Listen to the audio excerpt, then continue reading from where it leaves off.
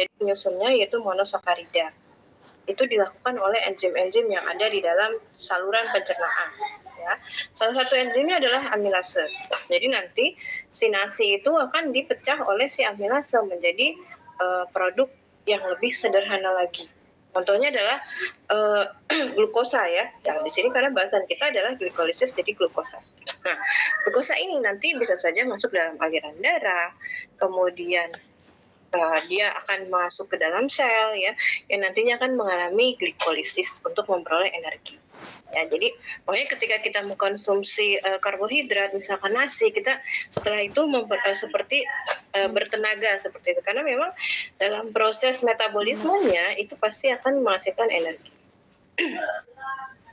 Nah, di sini glukosa bukan hanya dia masuk ya, takdirnya itu bukan hanya ke glikolisis saja ya, jadi bukan hanya masuk ke glikolisis, dia glukosa ini yang notabene itu adalah tersusun dari 6 karbon lalu dipecah menjadi asam pirufat 3 karbon ya, sebanyak 2 molekul. Gak hanya ini saja, tapi glukosa itu bisa saja disimpan sebagai glikogen ya, atau sebagai amilum atau sebagai sukrosa. Itu penyimpanannya. Nah, makanya glukosa itu atau karbohidrat itu sebenarnya sebagai cadangan energi jangka pendek ya. Nah, disimpannya dalam bentuk seperti ini. Lalu glukosa itu bisa saja sebagai bahan baku untuk sintesis polimer dalam penyusunan membran polisakarida, sel membran polisakarida ya, membran sel terutama. Karena kan memang di membran itu salah satunya ada karbohidrat. Nah, karbohidrat ini siapa? Itu adalah glukosa. Selain itu, glukosa juga bisa mengalami oksidasi dengan jalur pentosa fosfat. Nah, glukosa jadi apa? Jadi ribosa 5 fosfat. Ini merupakan bahan baku dari nukleotida. Nah, tapi bahasan kita itu di sini ya. Oksidasi glukosa menjadi pirufat ya melalui alurnya yaitu glikolisis. Nah, glikolisis itu apa? Glikolisis itu berasal dari bahasa Yunani, artinya glikos itu manis, lisis itu artinya terurai. Jadi bagaimana menguraikan yang manis gitu ya, bukan arti seperti itu, tapi glikolisis jalur di mana monosakarida glukosa itu nanti akan dirubah menjadi fruktosa 16 bifosfat, kemudian diubah lagi menjadi senyawa yang lebih kecil yaitu adalah asam pirufat. Dan dari hasil pemecahan glukosa ini nanti akan menghasilkan 2 mol ATP per 1 mol glukosa. 2 mol ATP ini adalah energinya. Nah, jalur glikolisis ini terdiri dari 10 tahapan reaksi enzimatis ya, yang berfungsi sebagai metabolisme energi inti yang menyediakan energi untuk digunakan oleh sebagian besar organisme, dan penyiapan glukosa dan karbohidrat lain pada penguraian oksidasi. Nah, glukosa itu biasanya disebut dengan gula darah. Ya, jadi kalau kalian mengukur gula darah, yang diukur adalah glukosanya. Di sini, glukosa sebagai sumber energi utama dalam sel. Dan dalam kondisi tidak cukup oksigen, ya di dalam jaringan otot, biasanya glukosa berfungsi sebagai sumber energi. Makanya nanti misalkan ada kan tadi penyimpanan dalam bentuk glikogen itu disimpan di otot. Jadi begitu kehabisan glukosa, nanti glikogen akan dipecah menjadi glukosa kembali. Glukosa juga merupakan prekursor berbagai metabolit termasuk nukleotida. Ya, makanya tadi ada nasib glukosa itu kemana? Dia akan dioksidasi menjadi ribosa 5 fosfat. Ya, untuk apa? Bahan bakunya nukleotida. Kemudian pada E. coli semua asam amino, nukleotida, enzim, asam lemak dan molekul lain itu disintesis dari glukosa. Dan pada sel tertentu, darah, syaraf dan sperma hanya glukosa yang dapat menyediakan energi. Contohnya, ketika kita berpikir itu bahan bakarnya di otak itu adalah glukosa. Ya. Baik, ini adalah proses glikolisis yang saya tandai di sini. Di sini ada 10 tahap reaksi. Glikolisis tadinya 6 karbon nanti dipecah menjadi 2 asam pirufat. Berarti satu asam pirufat itu terdiri dari 3 karbon. Ya. Nah, di sini pirufat tergantung kondisinya. Kalau kondisinya itu ada di dalam organisme yeast ya, yeast ragi, maka nanti pada kondisi anaerob pirufat itu bisa diubah menjadi etanol dan CO2. Kemudian kalau kondisinya anaerob juga, ya itu juga bisa diubah si pirufat menjadi laktat. Nah, ini terjadi biasanya itu pada saat kontraksi otot atau beberapa mikroorganisme, contohnya adalah bakteri asam laktat. Ya, bakteri asam laktat itu cenderung akan menghasilkan asam laktat. Nah, ini garis besarnya ya, kalau kondisinya anaerob atau tidak ada oksigen. Tapi kalau ada oksigen, bagaimana? Maka pirufat itu akan diubah atau didehidrogenasi menjadi asetil-CoA dan CO2. Nanti nasibnya asetil-CoA itu akan masuk ke dalam yang namanya siklus asam sitrat. Asetil-CoA akan dikomposisi lagi menjadi CO2 dan H2O. Nah, tapi yang kita pelajari itu di sini dulu ya, glukosa menjadi asam pirufat. Nah, tahapan reaksi dalam glikolisis itu ada 2 ya. Pertama tahap persiapan, kedua itu tahap pembentukan ATP. Kalau tahap persiapan, kan karena ada 10 tahap reaksi dalam glikolisis, dibagi 2. Tahap persiapannya itu 1 sampai 5. Kalau tahap pembentukan ATP itu 6 sampai 10. Di tahap 1 sampai 5 itu kecenderungannya apa? Cenderung terjadi reaksi fosforilasi. Makanya di sini pasti dia membutuhkan energi dalam bentuk ATP. Jadi dia cenderung berhutang ya, atau minjam ATP. Dan nanti produk akhir di produk kelima itu adalah gliserol D3 fosfat. Nah, ini cenderung berhutang ATP. Tapi di tahap ke-6 dan 10 ini yang terjadi adalah pembentukan ATP. Nah, pembentukan ATP di sini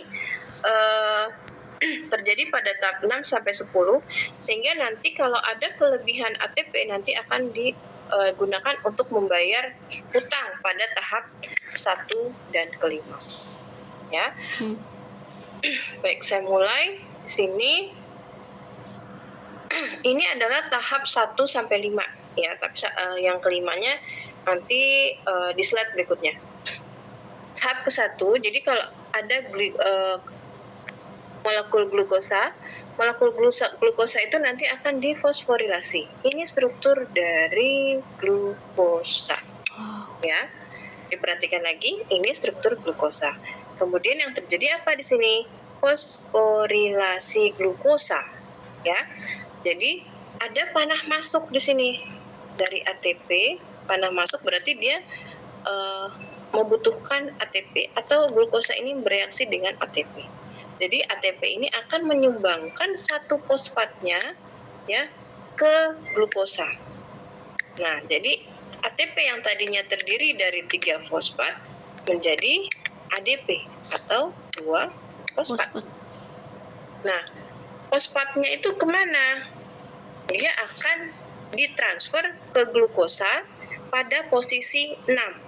Nah, makanya produknya adalah glukosa 6 fosfat. Karena apa? Di posisi 6, ini tadinya posisi 6 ini nggak ada fosfat, begitu ditransfer oleh enzim heksokinase pada posisi 6. Jadi ada penempelan satu fosfat di sini. Ya. Jadi ini angka 6 ini bukan jumlah fosfat, tapi posisi 6 di rangka karbon glukosa. Itu tahap ke-1. Kemudian tahap kedua terjadi reaksi isomerasi oleh enzim ya. Jadi yang mengkatalisis adalah fosfoheksosa isomerase. Nah, glukosa 6 fosfat tadinya kan bentuknya heksosa gini ya. Kemudian begitu diisomerasi, diubah menjadi bentuknya pentosa. Tapi tetap fosfatnya itu berada di posisi 6. Kemudian tahap yang ketiga yang terjadi itu adalah fosforilasi lagi oleh fosfat. Jadi di sini fosfat udah masuk satu, ini fosfat ATP masuk, ATP yang pertama masuk satu, ini ATP yang kedua. Dia nyumbangin fosfat lagi. Nah, dia mau mentransfer ke fruktosa 6 fosfat. Nah, tadinya fosfatnya itu berada posisi 6. Ditambahin sekarang di posisi 1. Makanya 1,6. produknya itu namanya adalah fruktosa 1,6 bis fosfat. Ini terjadi karena dibantu oleh enzim fosfofruktokinase 1. Ya, jadi sekarang ada dua posisi, yang posisi 6 dan posisi 1. Makanya namanya fruktosa 1,6 bis fosfat. Ini membutuhkan ATP tadi ya. Lalu sekarang yang reaksi keempat itu dikatalisis oleh enzim aldolase ya. Jadi si fruktosa 1,6 bifosfat yang bentuknya seperti ini dibedakan warnanya ya. Aldolase itu nanti dia memotong si fruktosa 1,6 bifosfat. Jadi yang beda warna ini dipotong. Nah, dipotong di sini. Nah, setelah dipotong, potongannya itu yang satu warna biru, satu warna pink. Nah, yang warna biru saya sebut adalah gliseraldehid 3 fosfat, yang warna pink itu adalah dihidroksiaseton fosfat. Jadi ini tahap keempat ya. Nah, kemudian tahap kelimanya nanti yang terjadi proses isomerasi ya oleh enzim triosa fosfat isomerase. Nanti siapa yang diisomerasi? Dihidroksiaseton fosfat diisomerasi menjadi gliseraldehid 3 fosfat. Jadi totalnya nanti ada 2 gliseraldehid 3 fosfat di tahap yang kelima. Nah, sekarang pertanyaan saya ya, silahkan dijawab tolong. Kira-kira dari tahap 1 sampai 5 ya, dari tahap 1 sampai 5 itu membutuhkan berapa ATP? Silahkan dijawab. 1. Butuh berapa ATP? 2. 10. 10. Dari mana 10? Tahap 1 sampai 5 butuh berapa ATP? 2. Itu ada di tahap berapa? Tahap 1 sama tahap 3. Ya. Jadi membutuhkan ATP di tahap 1 dan tahap 3. Oke, saya tekankan lagi. Kalau ada panah masuk seperti ini kan namanya pathway ya, jalur. Jadi seperti ini ya. Panah masuk ke dalam, itu berarti dia akan bereaksi atau dia membutuhkan ATP kalau memang sinyalnya ATP. Kalau dia panahnya keluar, dia akan menghasilkan ya. Jadi tolong diperhatikan kembali, karena nanti setelah UTS kita presentasi, kalian harus menampilkan jalur-jalur seperti ini dan harus bisa membaca pathway-nya. Oke, saya kembali lagi ke sini. Jadi nanti kita di sini di tahap kelima sudah menghasilkan 2 molekul gliseraldehid 3 fosfat. Nah, ini detail reaksi dari 1 ya sampai ke 5. Ini tadi glukosa difosforilasi ya. Ada transfer fosfat dari ATP oleh enzim heksokinase ya. Makanya ada di fosfat ditaruhnya di posisi 6 dari karbon. Makanya namanya G6P atau glukosa 6 fosfat. Kemudian di tahap kedua terjadi proses isomerasi oleh enzim fosfoheksosa isomerase. Jadi dari glukosa 6 fosfat bentuknya glukosa seperti ini ya, heksosa, diubah menjadi pentosa. Ya, tetap jumlah atomnya masih sama. Dia namanya setelah diisomerasi jadi fruktosa 6 fosfat. Tahap ketiga ada fosforilasi lagi dari enzim fosfofruktokinase. Jadi kalau ada kinase-kinase yang terjadi apa? Transfer fosfat ya, karena dia salah satu golongan enzim transferase. Nah, ini dari fruktosa posisi 6 fosfatnya ya, itu ditambahin lagi oleh ATP, makanya dia butuh ATP tadi. ditambahin di posisi 1. Jadi ada 2, posisi 6 dan posisi 1. Makanya namanya fruktosa 16 bis fosfat. Lalu di tahap keempat terjadi proses pemotongan di sini. Nah jadi ada 2 senyawa dari hasil pemotongan yang dikatalisis oleh enzim aldolase. Itu senyawa yang pertama adalah dihidroksi aseton fosfat. Senyawa yang kedua gliseraldehid 3-fosfat. Tapi yang bisa dilanjutkan di proses selanjutnya adalah gliseraldehid 3-fosfat, sehingga senyawa yang ini dihidroksi aseton fosfat harus diisomerasi. Ya, dihidroksi aseton fosfatnya diisomerasi oleh triosa fosfat. Isomerase menjadi gliseraldehid 3-fosfat. Ya. Makanya di sini jumlah gliseraldehid 3-fosfatnya dari hasil reaksi yang kelima itu ada 2. Perhatikan di sini 2 semua. Ini jumlahnya. Jumlah molekulnya. Dan ini adalah reaksi selanjutnya 6 sampai 10. Ya. Nah, sekarang tahap yang ke-6. Gliseraldehid 3-fosfat ya yang jumlahnya 2 molekul itu nanti akan mengalami oksidasi dan fosforilasi. Ya, mengalami oksidasi dan fosforilasi. Nanti dia akan berubah menjadi 1,3-bifosfogliserat. Nah, ini molekulnya 1,3-bifosfogliserat.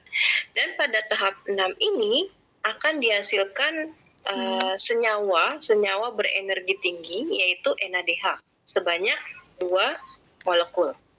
Ya. Nah, kemudian 1,3-bisfosfogliserat hasilnya tadi ya dia akan mengalami fosforilasi oleh enzim fosfogliserat kinase. Ya. Jadi tadinya ada fosfat ya, fosfat di posisi 1 ya. Fosfat posisi 1 ditransfer ke ADP ya, ADP itu kan 2 fosfat. Berarti kalau ditransfer ditambahin fosfatnya jadi 3, makanya dia menghasilkan ATP. ATP-nya sebanyak 2. Kenapa 2 terus, Bu? Karena di sini yang di metabolisme ada 2 molekul. Nah, kemudian 1,3-bifosfogliserat itu menjadi 3-fosfogliserat. Karena yang posisi 1 sudah ditransfer ke ADP menjadi ATP. Jadi hilang, ya. Nah, 3-fosfogliserat nanti akan mengalami mutasi. Apa yang termutasi? Mutasi itu maksudnya pindah ya. Dia dibantu oleh enzim fosfogliserat mutase. Mutasi, jadi pindah. Ada gugus yang pindah. Siapa yang pindah? Adalah fosfatnya di sini. Ini fosfatnya ini nanti pindah dari posisi 3 ke posisi 2. Ya. Namanya siapa? Setelah dipindah jadi 2-fosfogliserat. Masih sebanyak 2 molekul. Lalu 2-fosfogliserat akan melakukan pelepasan molekul air dibantu oleh enzim enolase. Makanya di sini ada 2 molekul 2H2O yang lepas. Nah, setelah lepas molekul air, 2-fosfogliserat menjadi fosfoenol pirufat. Ya, fosfoenol pirufat. Masih juga sebanyak 2. Nah, setelah itu, fosfoenol pirufat nanti akan mengalami fosforilasi lagi. Jadi, si fosfat yang tadinya di posisi 2 akan ditransfer ke ADP, ya. Sehingga ADP ini tadinya 2 fosfat menjadi 3 fosfat. Namanya ATP. Ya. Nah, sehingga si fosfoenol pirufat ini udah nggak punya gugus fosfat lagi di sini. Dia sekarang menjadi pirufat sebanyak 2. Nah, jadi dia memiliki pirufat sebanyak 2. Sekarang pertanyaan saya, silahkan dijawab. Dari proses tahap 6 sampai 10 menghasilkan berapa ATP dan berapa NADH? Silahkan dijawab. Sekarang ATP-nya dulu. Berapa? Menghasilkan berapa ATP? 4. 2, Bu. 4. 4 apa 2? 4. 4. Tahap ke berapa? 7 dan 10. 7 dan 10. 4 ATP. Catat ya. NADH-nya berapa? 2. 2.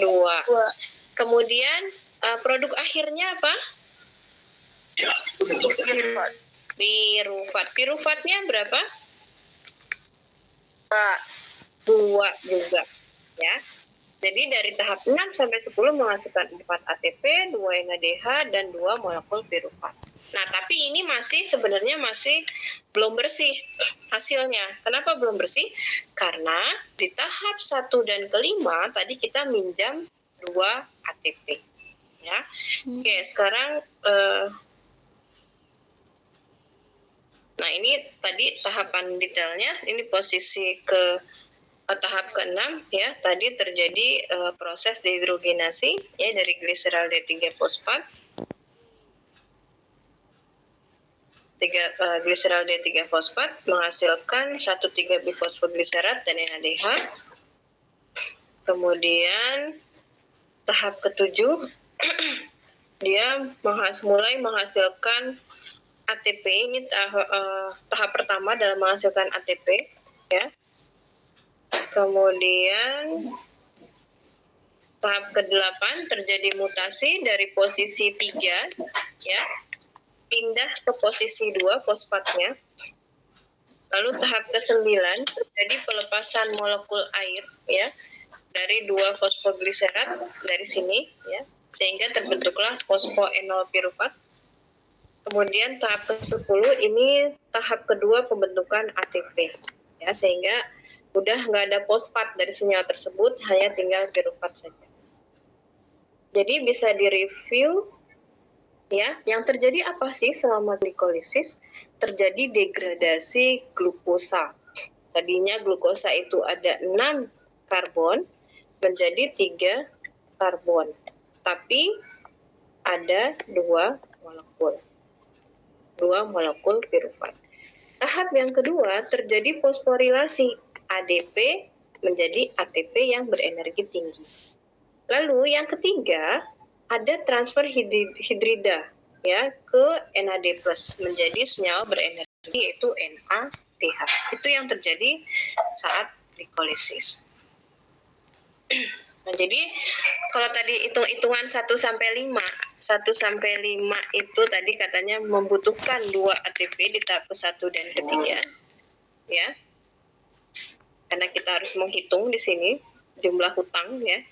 Kemudian tadi di tahap 6 sampai 10 butuh 4 ATP dan 2 NADH ya, menghasilkan 4 ATP dan 2 NADH serta molekulnya terdegradasi menjadi 2 pirufat. Jadi harus kita hitung sebenarnya yang bersih itu dihasilkan dari glikolisis itu berapa.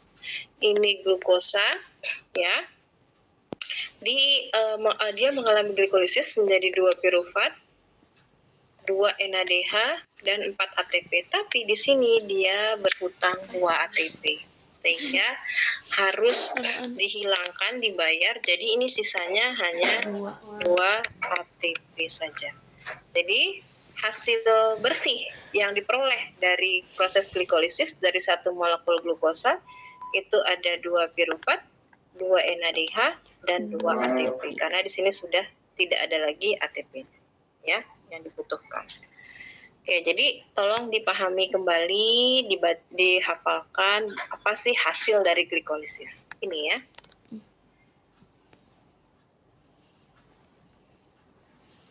Nah, glikolisis itu yang sudah kita pelajari dari mana ke mana, dari sini. Baru di sini aja, ya.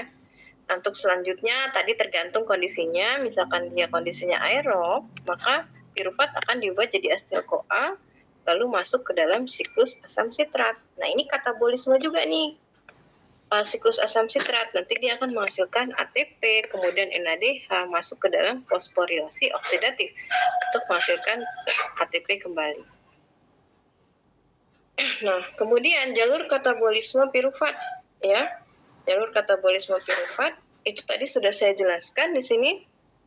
Piruvat kalau ada oksigen, kondisi aerob itu akan menghasilkan 2 asetil-CoA karena dari awalnya itu ada 2 piruvat, jadi 2 asetil-CoA. Lalu nanti masuk dalam siklus asam sitrat menghasilkan 4 CO2 dan 4 H2O serta ada ATP dan NADH.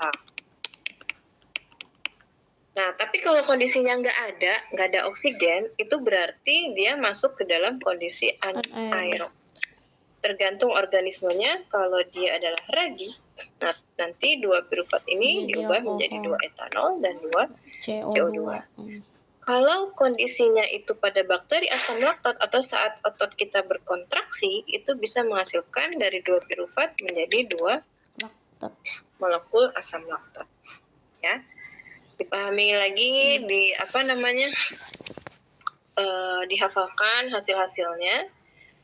Nah, ini tadi kondisinya ya, kondisi aerob piruvat oleh enzim piruvat dehidrogenase menjadi asetil-CoA dan CO2. Ya, ini adalah kofaktornya, koenzim dan aktivatornya, tiamin pirofosfat, trifoat dan FAD. Kemudian kalau pada kondisi fermentasi asam laktat, ya, piruvat nanti oleh enzim laktat dehidrogenase akan diubah menjadi laktat.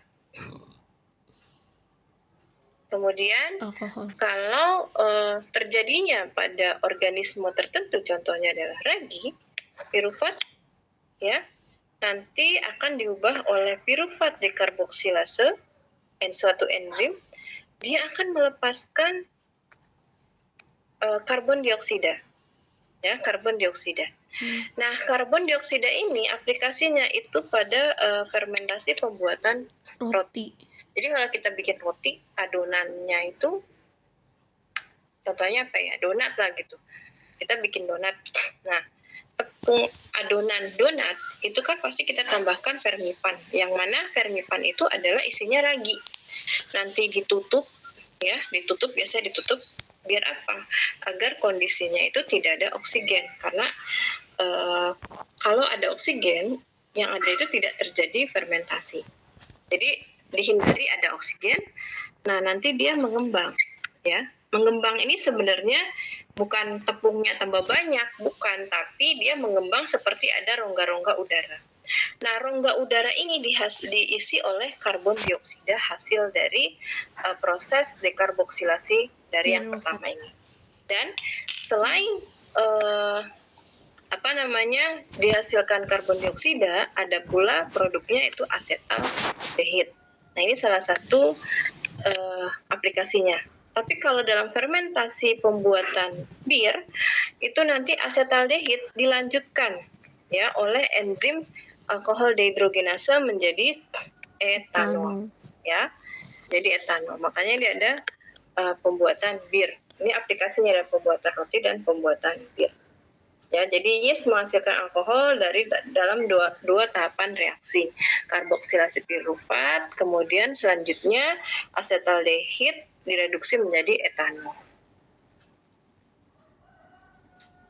Nah, dalam glikolisis itu juga ada yang namanya regulasi. Baik regulasinya itu regulasi enzim ya.